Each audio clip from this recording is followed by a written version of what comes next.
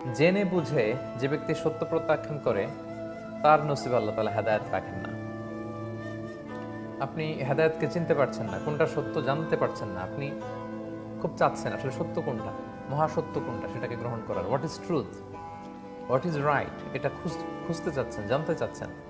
আপনার পক্ষে সত্য খুঁজে পাওয়া সম্ভব, আপনার পক্ষে হেদায়েতের দেখা পাওয়া সম্ভব, আপনার গাইডেড হওয়া সম্ভব। কিন্তু আপনি জানেন যেটা সত্য, কিন্তু প্ল্যান করেছেন আপনি মানবেন না। আপনার পক্ষে হেদায়েত পাওয়া সম্ভব নয়। এটাই হচ্ছে কোরআনের দৃষ্টিভঙ্গি। এবং আল্লাহ তাআলা এটা অনেক জায়গায় বলেছেন। সূরা ইয়াসিনের 10 নম্বর আয়াত আল্লাহ তাআলা বিশ্বনবীকে অ্যাড্রেস করে বললেন যে, নবী হে, ওদেরকে আপনি কুরাইশদেরকে, যারা এরকম গোয়ার্তুমি করছে, সীমালঙ্ঘন করছে, বাড়াবাড়ি করছে, তারা জানে সত্য কিন্তু প্ল্যান করেছে সত্য হলো আমরা মানবো না, যেহেতু আমাদের চিন্তার বিপরীত, আমাদের বাপ দাদার সে ধর্মকে আঁকড়ে ধরে রাখবো, আমরা মূর্তি পূজাই করবো, পৌত্তলিকতাইকেই আমরা বেছে নিয়েছি।